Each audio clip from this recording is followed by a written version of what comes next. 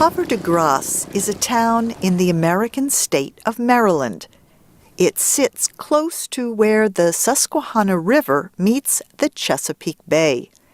Captain Bob Jobs goes fishing in these waters.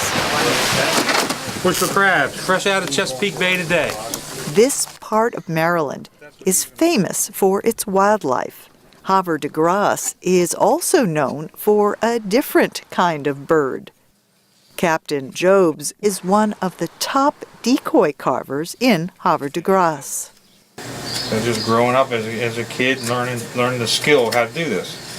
I got two brothers that carve. My son carves. My father. Yeah, 3 generations carving decoys. Hunters use decoys to get ducks and geese to come close enough to shoot. The wooden birds are so highly respected here that Havre de Grace calls itself the decoy capital of the world. It also has a museum with more than 1,000 decoys. Most were handmade in the Chesapeake Bay area. John Sullivan is director of the museum. Approximately 14,000 visitors come here each year. We have visitors from all over the United States and all over the world. Henry Miner came from the Chicago area to see the decoys. I particularly like the older ones, the very first style, and anything that's wood, because nowadays everything's plastic or foam, so they're all pretty neat to look at. The demand for decoys rose in the middle of the 19th century because of a device called a sink box. Hunters would hide in the middle of these floating structures, surrounded by decoys. You'd use from 200 to 500 decoys around these gunning devices, and that demand put a lot of the house painters and carpenters in the business of producing decoys. The sink box was banned in 1935, and the demand for decoys dropped. The wooden birds became American folk art. People were collecting decoys, and we were selling so many decoys. I mean, we could just solely make our living off of carving. It's changing a little bit now with the economy. Decoys are beloved in Maryland.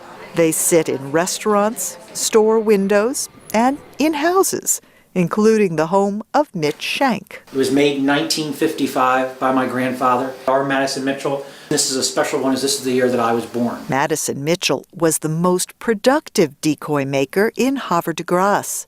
Shank started collecting decoys as a young man when he worked for his grandfather. In Havre de Grace, if you drove around town and knocked on a door, most of the houses would probably have at least one decoy. There are many at Vincenti Decoys. Jeannie Vincenti has operated the business for 17 years. Well, our customers are local people who are aware of the tradition. They're also tourists that come in and don't understand quite exactly what a decoy may be. But when they come in, they find something in the store that they really like and consider a treasure. She says decoys can cost from $50 to several $1,000s. This antique decoy is priced at almost $5,000. Vincenti also sells wood carving supplies. There are younger people coming into it every day. Is it the number that we saw years ago? Probably not. Vincenti hopes more young people become decoy carvers, so the tradition will continue in Havre de Grace. I'm Faith Lapidus.